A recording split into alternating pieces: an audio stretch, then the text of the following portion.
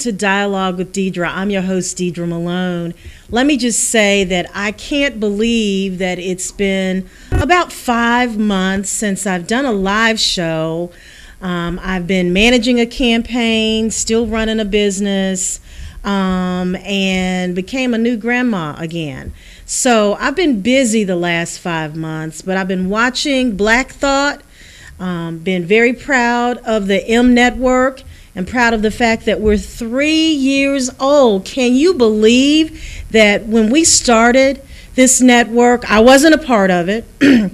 Eddie and Doc Taylor and I think Doc Hutchinson was probably an original show on the network. And so we're still doing it, and we're doing it well 3 years later. So proud to be a part of the M1 network and bringing you programming that is engaging and programming that Black people in this community need to know about what's going on in your community. So what have I been doing?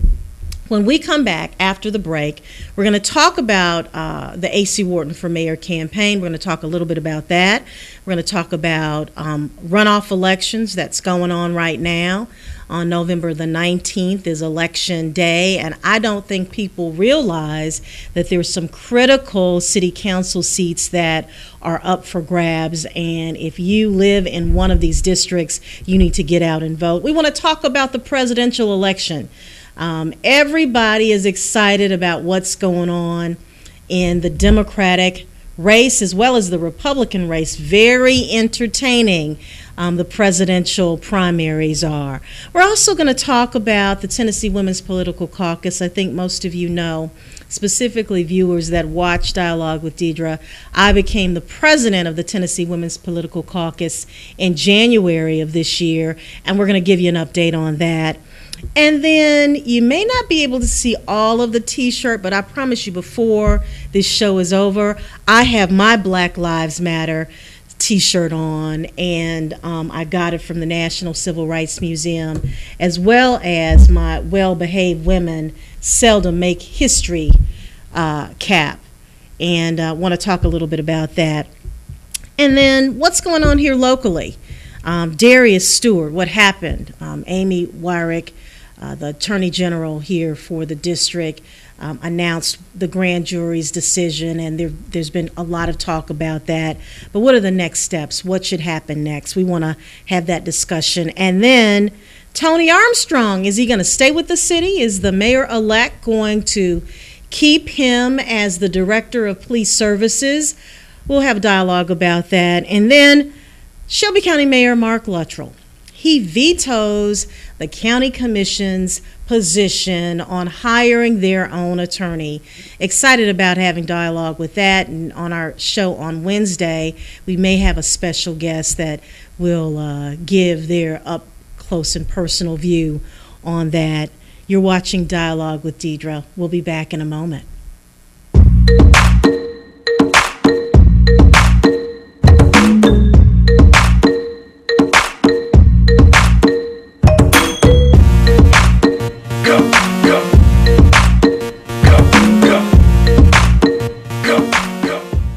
Taylor Brown Apothecary is your community drugstore.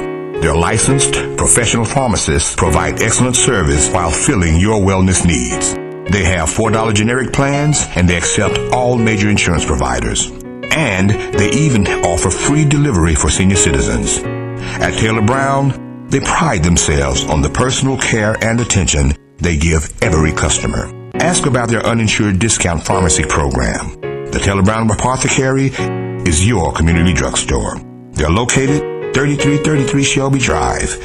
Give them a call today at 901-794-3690 or visit them online, TaylorBrownGroup.com. The Taylor Brown Apothecary is your community drugstore.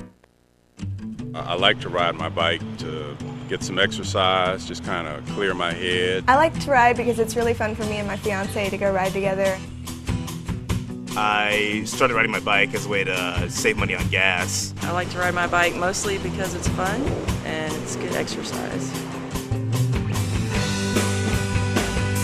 I That's how I get everywhere. It's how I go to grocery stores, go to work. It's how I go to my friend's house. Sometimes I just like to not even have a particular destination in mind, just to see different parts of the city.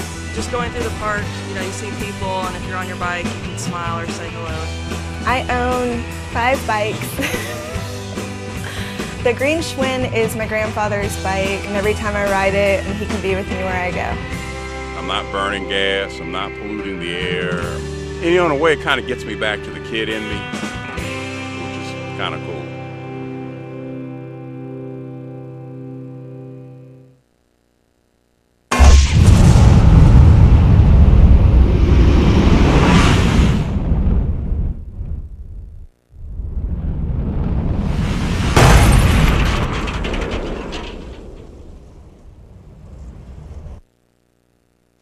So they say it's a man's world? I don't see anybody's name on it. While they were doing their thing, we slowly changed ours. Today, women can do anything men can do. And there's one thing we're even better at.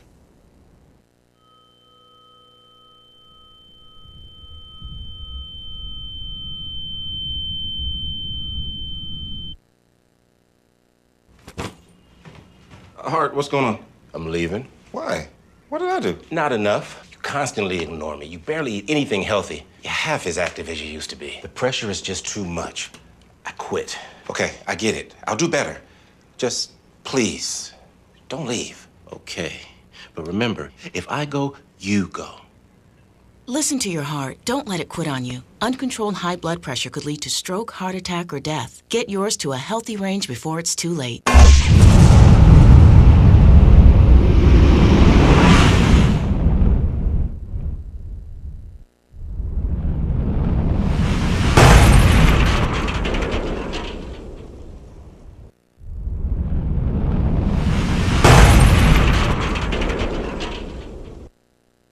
The Carter Malone Group is a full-service public relations agency. Celebrating 10 years of being in business, the Carter Malone Group is located in Midtown Memphis and represents clients across the country. No matter what size your business, if you are interested in promoting your product or service and increasing your market share, contact the firm that can help you meet your goals. The Carter Malone Group. Call 901-278-0881 today.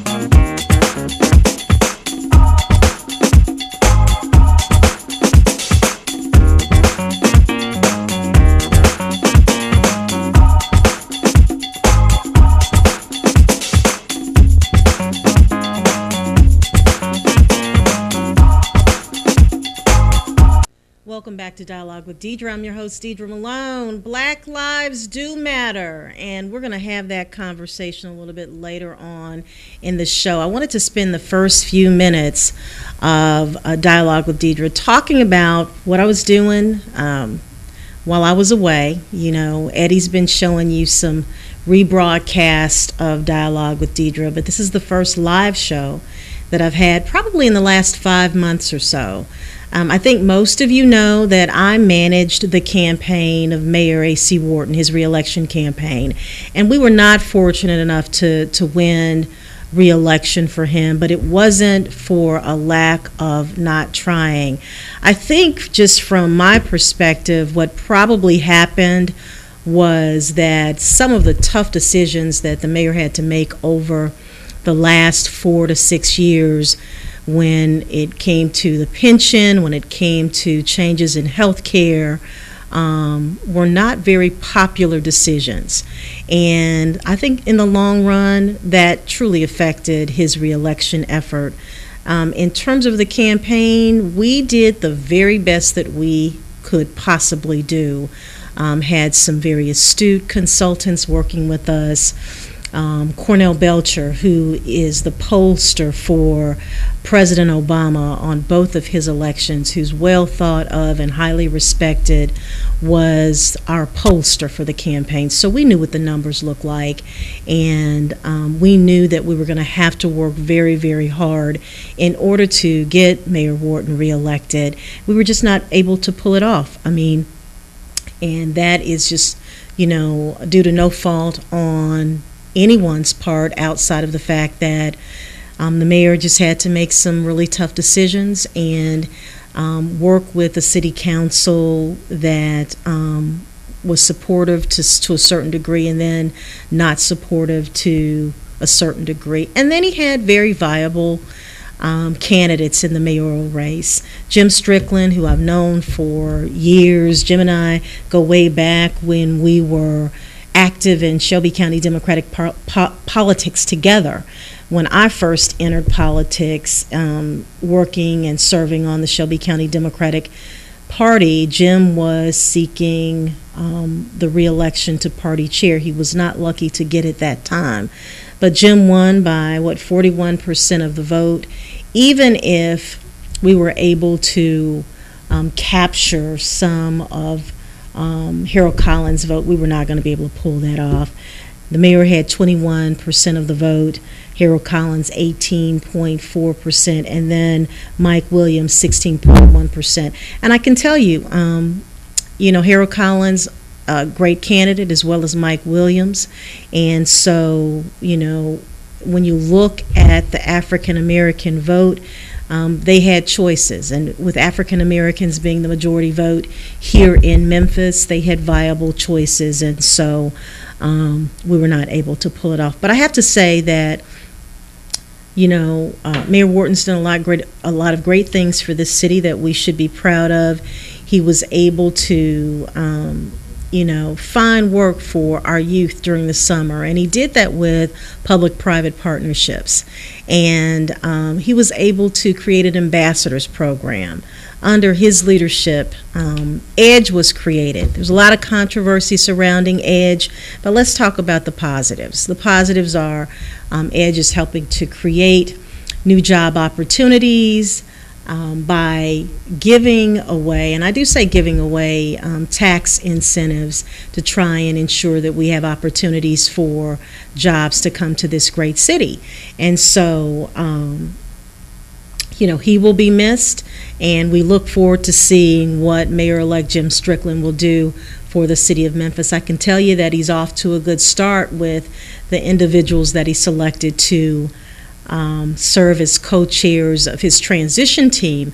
I have been fortunate enough to work with one. Emily Greer and I worked together at ALSAC St. Jude. We were both vice presidents at the time. Emily now is the chief of staff over there, and just a fine, sharp woman. And then Dr. Phillips. Rosie Bingham, Dr.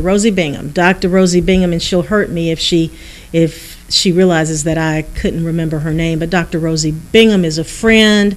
Also, we attend the same church, Bethlehem Missionary Baptist Church in North Memphis, and we also had an opportunity to serve on the State Workforce Development Board together. Dr. Rosie Bingham is just smart, very talented, and two females that are working to help Mayor-elect Jim Strickland transition. So very proud of that fact.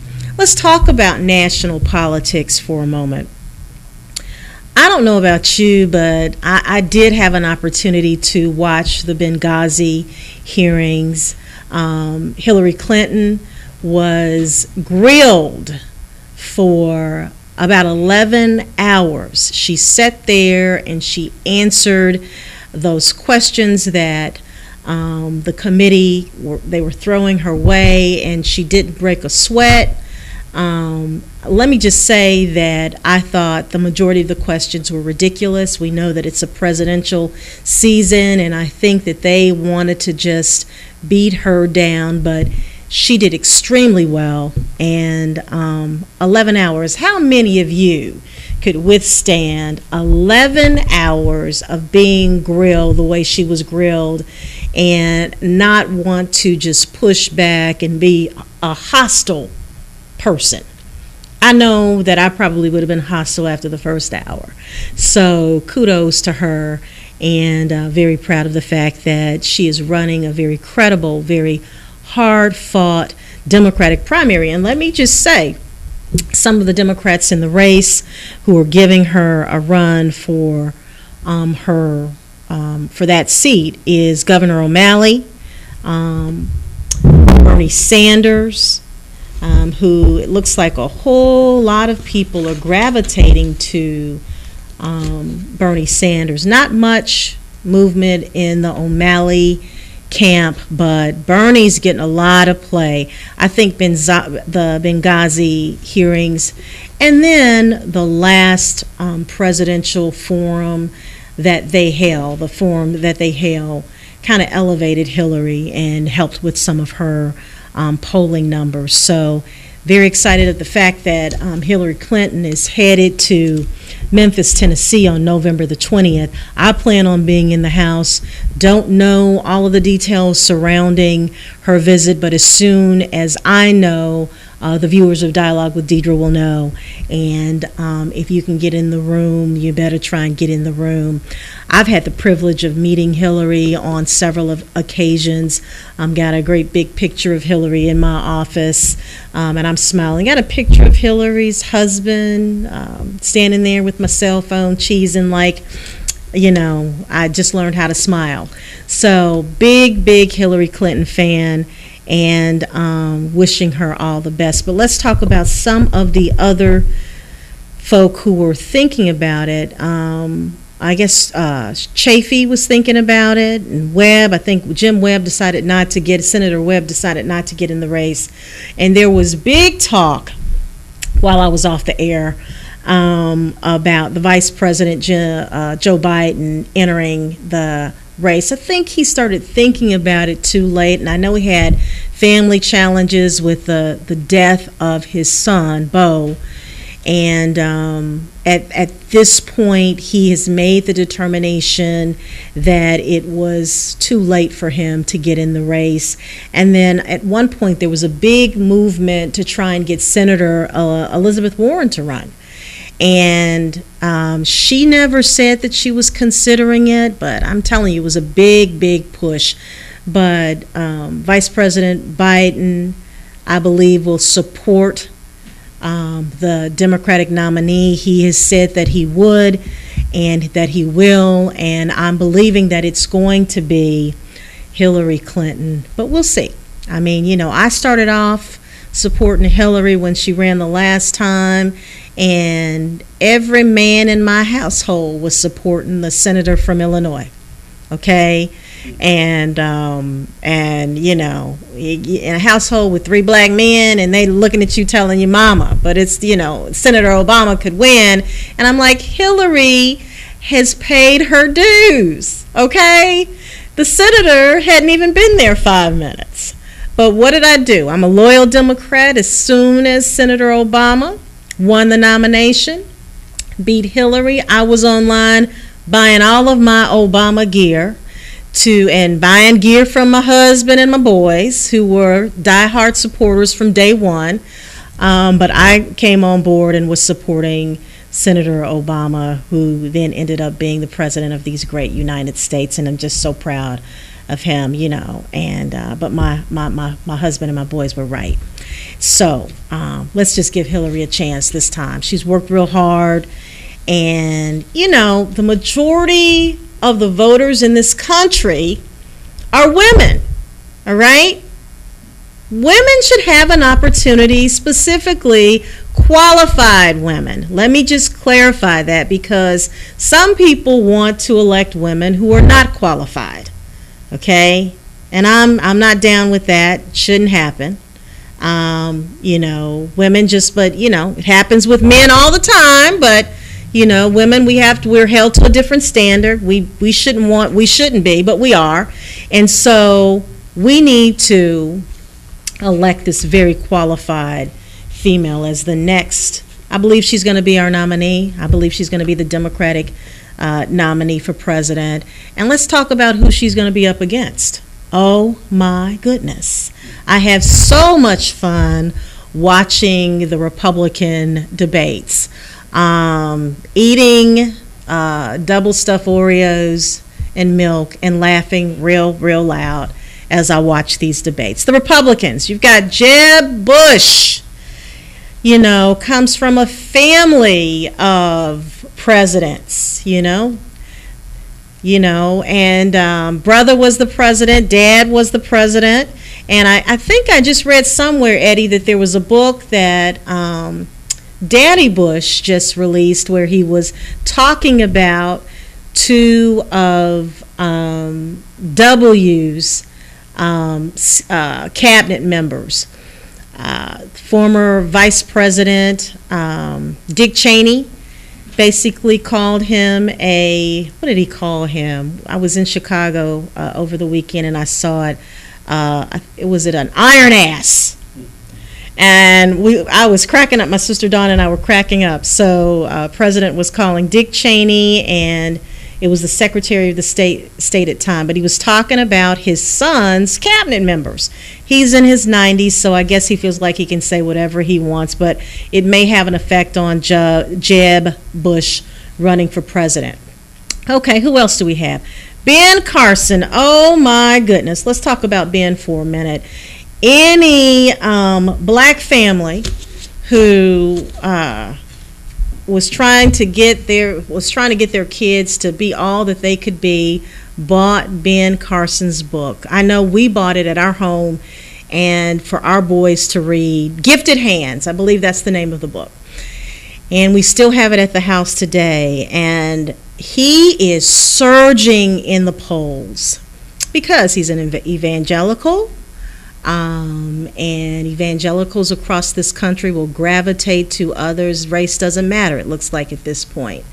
And so he's surging in the polls. He's topped Trump in most of the national polls. But let me just say, black people, Black Lives Matter, but he's scary.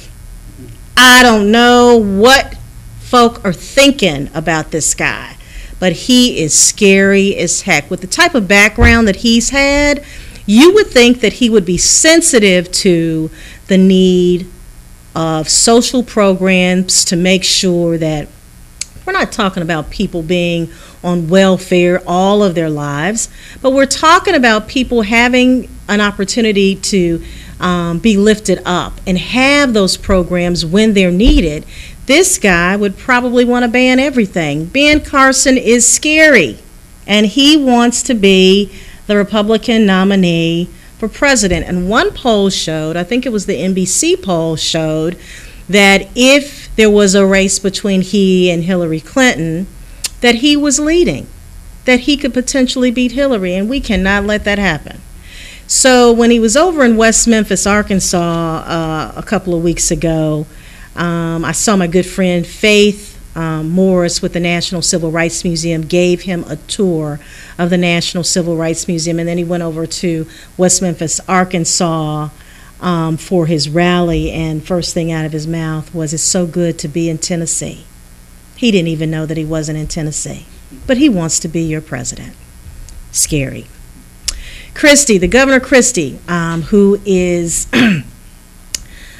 we thought would be an up-and-coming guy who Republicans really like. He had gastric bypass surgery to try and lose some weight to be a little svelte for his presidential run, and he is not polling well.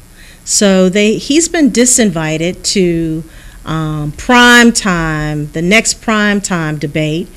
But Senator Cruz, who was another scary one, he was born in Canada, but lives in Texas now, so Canadian born, and he wants to be the next president. You know, people today still are talking about, are alleging that President Obama was born somewhere else. No, he was born in the United States of America.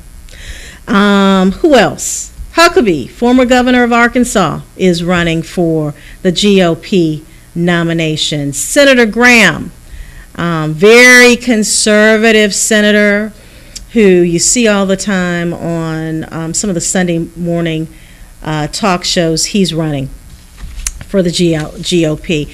Now, somebody that a lot of folk like is this young Marco Rubio, the senator from Florida who had been mentored by Jeb Bush when he was the governor of Florida. So Rubio, young family, I think he's in his 40s and he's running for president, and he's gaining a lot of steam. I think the latest poll has Ben Carson, Donald Trump, and then Marco Rubio, Senator Rubio. And let's just talk about the Donald for a minute. Donald Trump.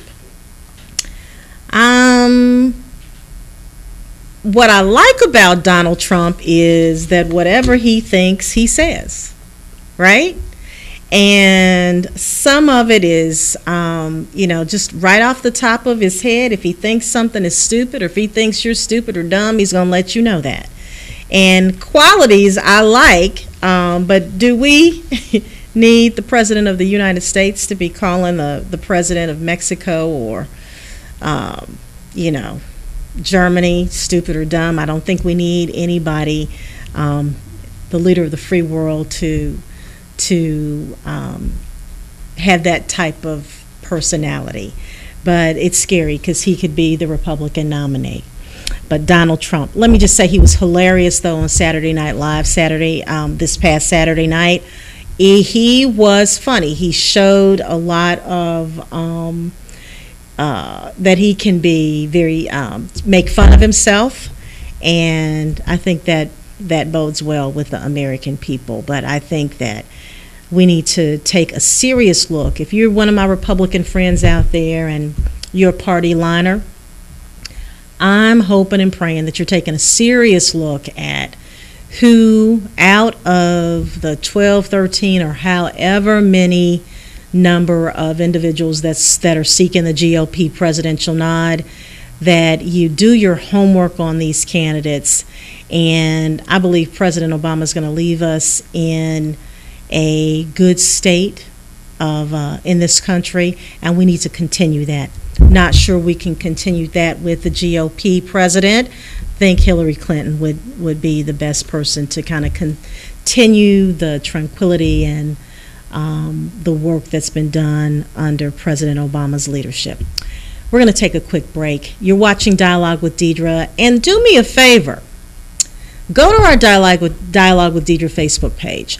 Let us know that you're watching us. Let us know the topics that somebody you might want to have on the show.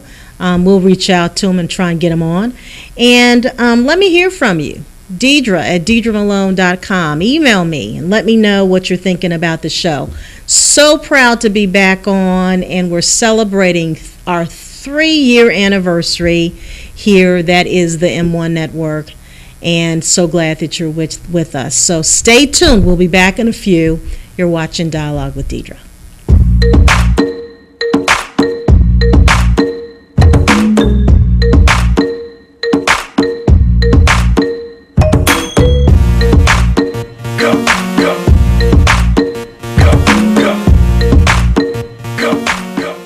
The Taylor Brown Apothecary is your community drugstore. Their licensed professional pharmacists provide excellent service while filling your wellness needs.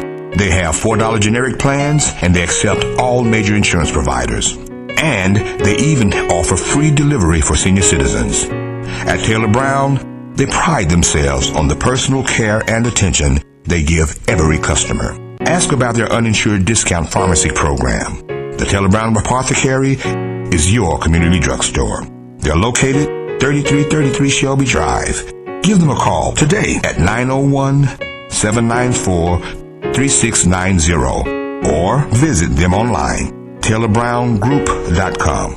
The Taylor Brown Apothecary is your community drugstore.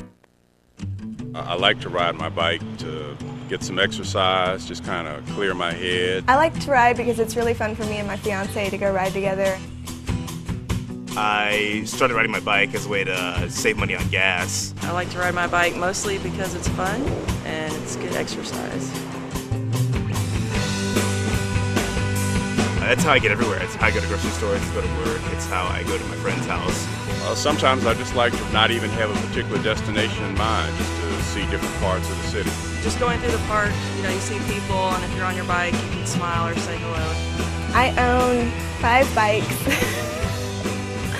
The green Schwinn is my grandfather's bike, and every time I ride it, and he can be with me where I go. I'm not burning gas, I'm not polluting the air. And in a way, it kind of gets me back to the kid in me, which is kind of cool.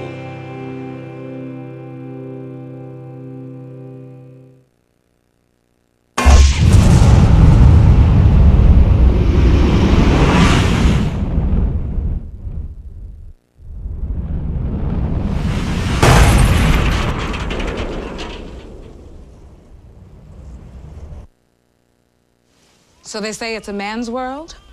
I don't see anybody's name on it. While they were doing their thing, we slowly changed all. Today, women can do anything men can do. And there's one thing we're even better at.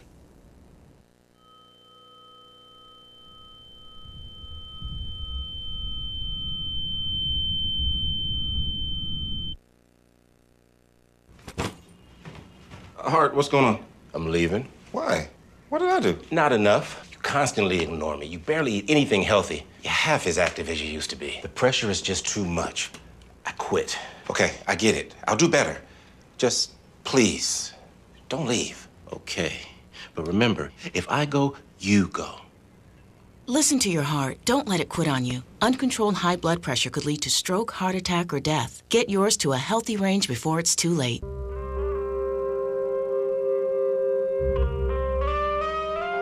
7,000 high school students drop out every school day. That's a line of desks more than 4 miles long. We can keep students in school. Visit boostup.org and take the first step. And now let's take some questions from the public. Mr. Chairman, why do we keep cutting back on education? Governor, you want to take that question? Mr. Chairman, let's give this one to the Senate Majority Leader. Since this matter was taken up in AB 3712, I think it best if I defer to the Assembly Majority Leader. Actually, pursuant to Department of Education statutes, the State Secretary of Education would be more qualified to answer. Mr. Secretary. My legal team has advised me not to comment at this time, so I'll humbly refer to our State Superintendent of Schools. Pass. Definitely pass. Okay, County Superintendent. Well, young lady, it's just too complicated. Can you tell me who's responsible for my education? That is a good question. Governor? Repeat the question, please. I don't see why I can't get an answer from You're asking a lot of difficult questions. Oh, she sure is. Who are you? Well, I'm the governor. What is this? Your 2 minutes are wrapped.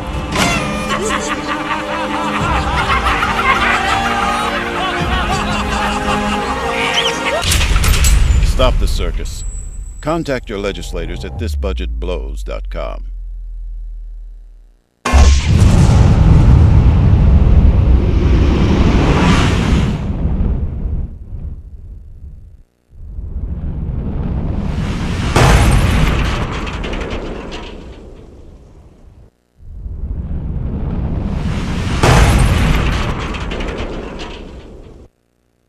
The Carter Malone Group is a full-service public relations agency. Celebrating 10 years of being in business, the Carter Malone Group is located in Midtown Memphis and represents clients across the country. No matter what size your business, if you are interested in promoting your product or service and increasing your market share, contact the firm that can help you meet your goals. The Carter Malone Group. Call 901-278-0881 today.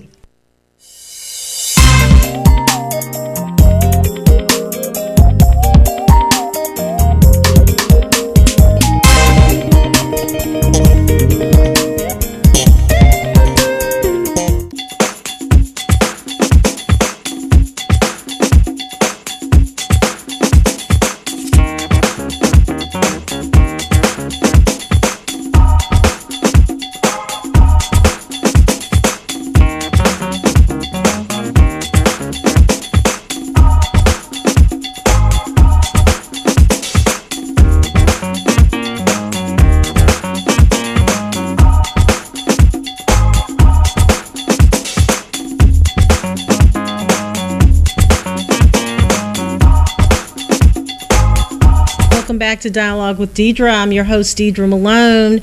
Tennessee Women's Political Caucus. I mentioned that in January I became the president of this great organization, and we're affiliated with the National Women's Political Caucus.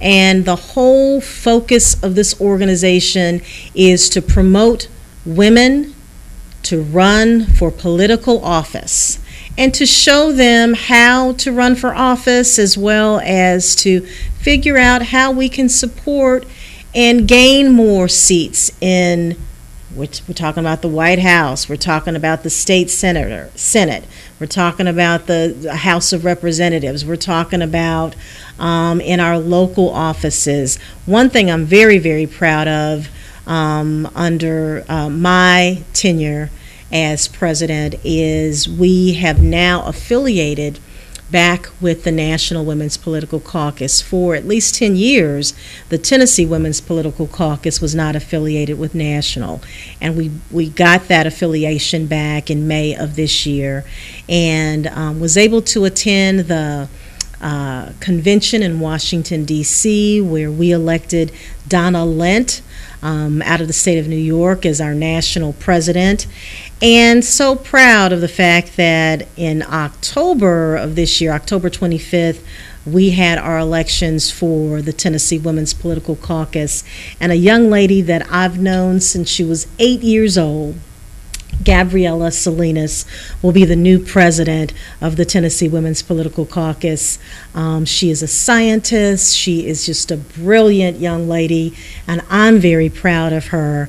And she's going to take the helm come January 1. But until then, we're going to still be looking at how we can support women who run for office. We're very proud of the fact that one of our members, Megan Berry, is the new mayor of Nashville. The Tennessee Women's Political Caucus supported her and endorsed her, and she won that election, and we're very, very proud of her. We have a number of our Memphis and then out of Davidson County Metro City Councilwoman Karen Johnson won her re-election bid, and she's a member of the Tennessee Women's Political Caucus. Here in Memphis, a number of our members ran for office, and one is still in a runoff. Patrice Robinson, who is seeking the City Council District 3 position, is in a runoff with Keith Williams, but Patrice is one of our members, and we're asking our members to get out and support Patrice. Go work a poll for her in this runoff election. Every vote is going to count.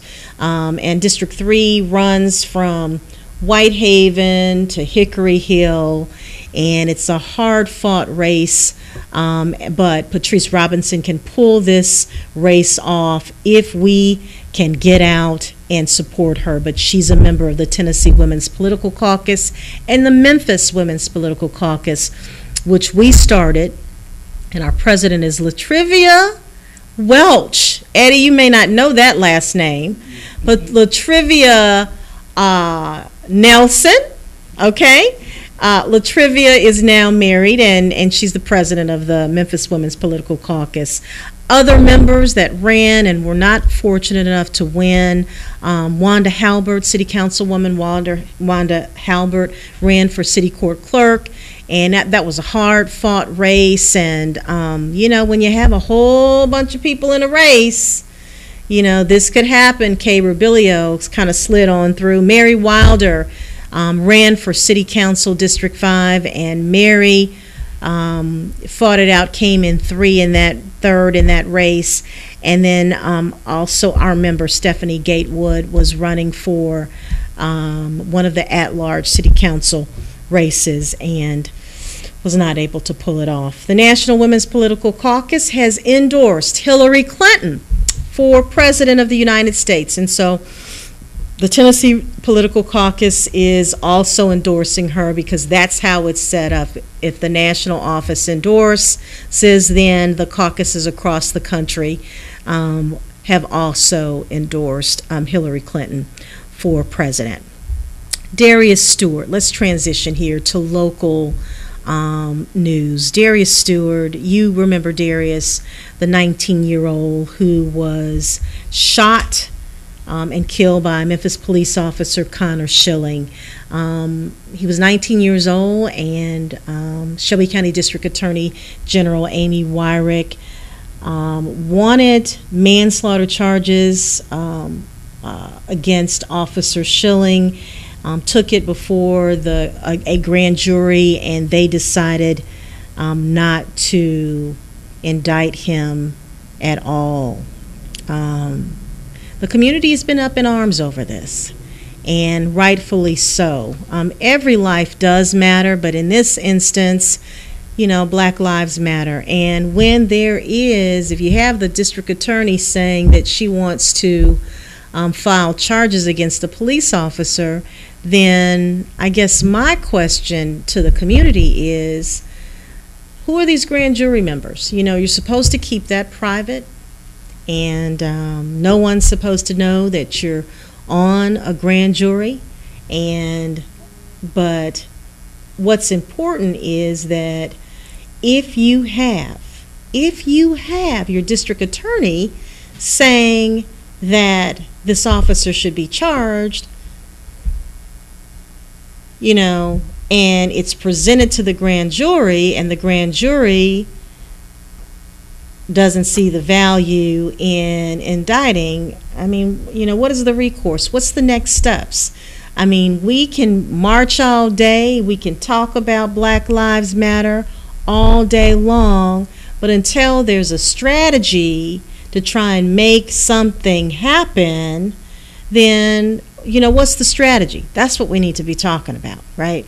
That is what we need to be talking about. And we're going to be talking about that in an upcoming edition of Dialogue with Deidre. So you need to make sure that you DVR us, put us on, set your alarm on every Monday and Wednesday at 12 noon for you to record. If you can't watch us live, Dialogue with Deidre. Those are the things that we're going to be talking about. Tony Armstrong.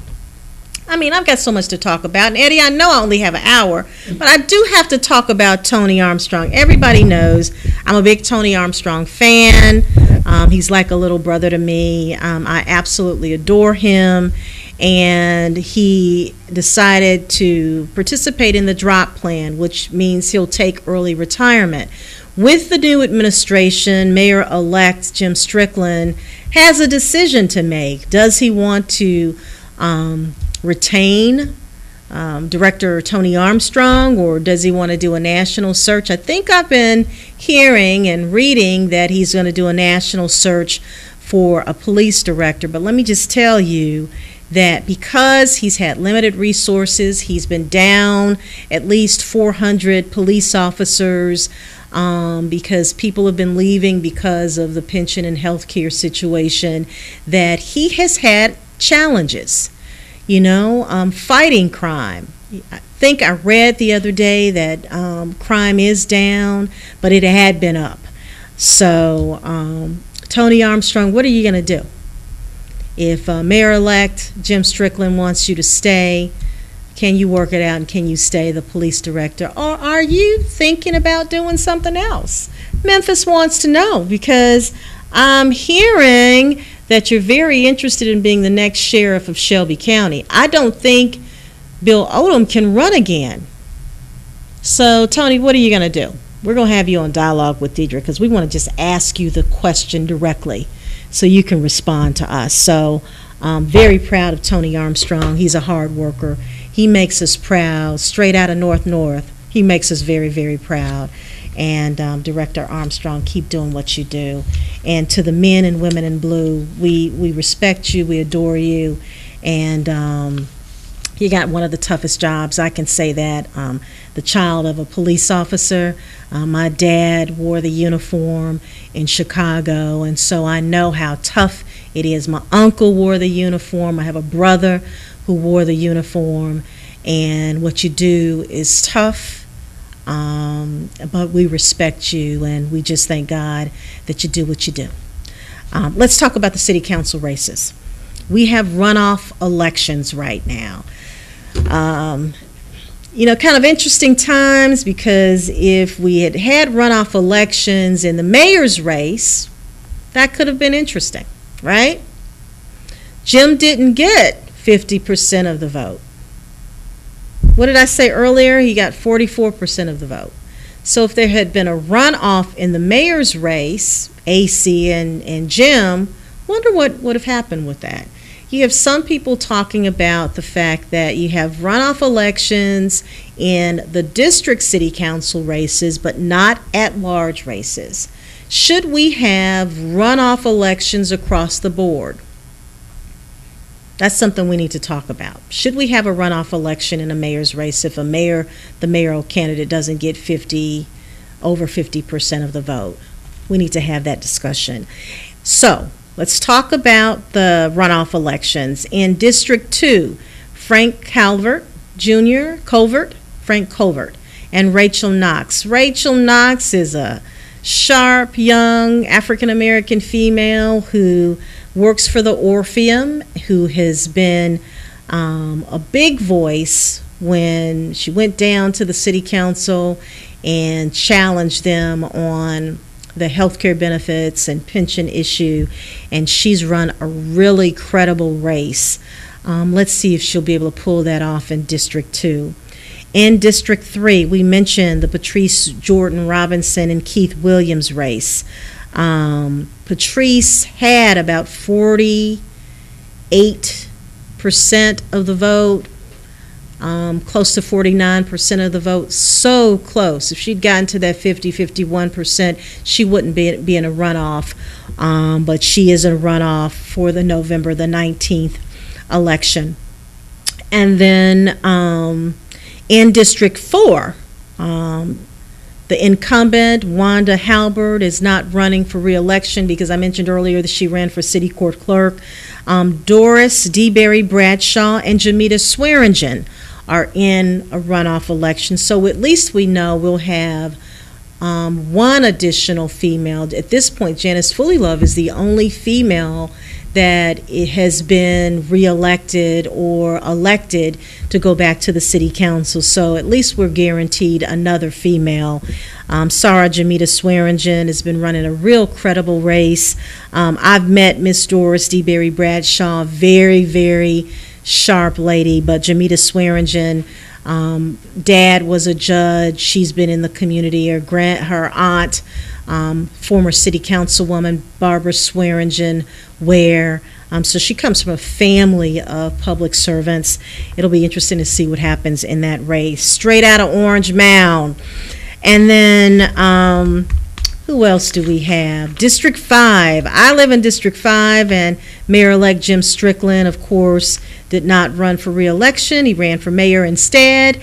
And so Worth Morgan and Dan Springer, really kind of an interesting race. Worth Morgan comes from the Morgan Keegan line, so I'm sure he has a whole lot of money.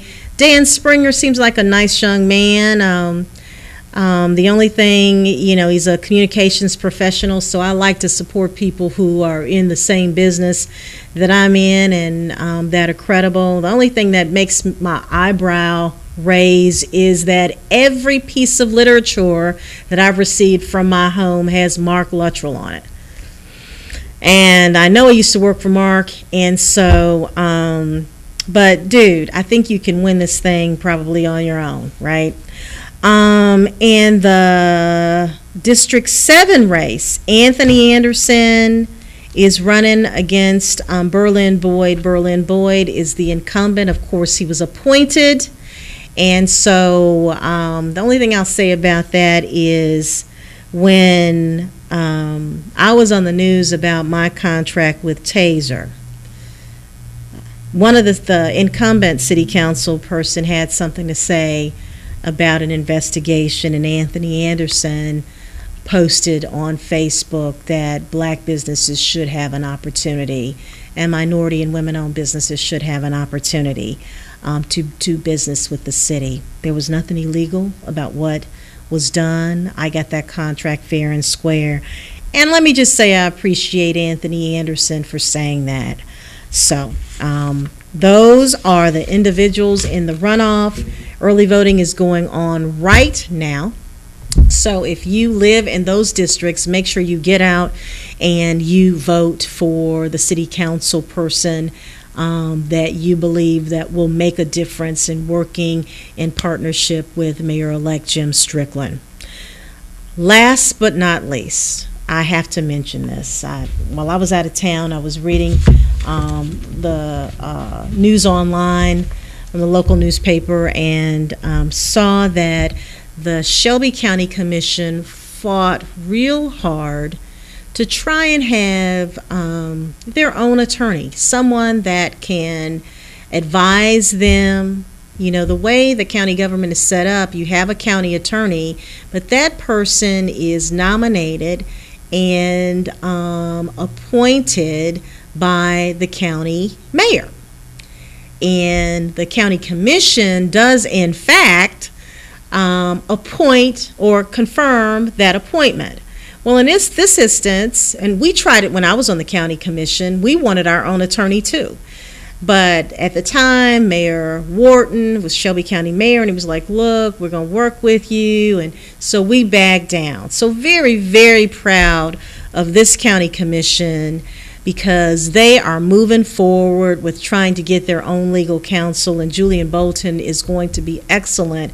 But Shelby County Mayor Mark Luttrell vetoed their resolution. He vetoed their resolution. They had 8 votes to make that happen, and the mayor vetoed it because he believes that it goes against the charter.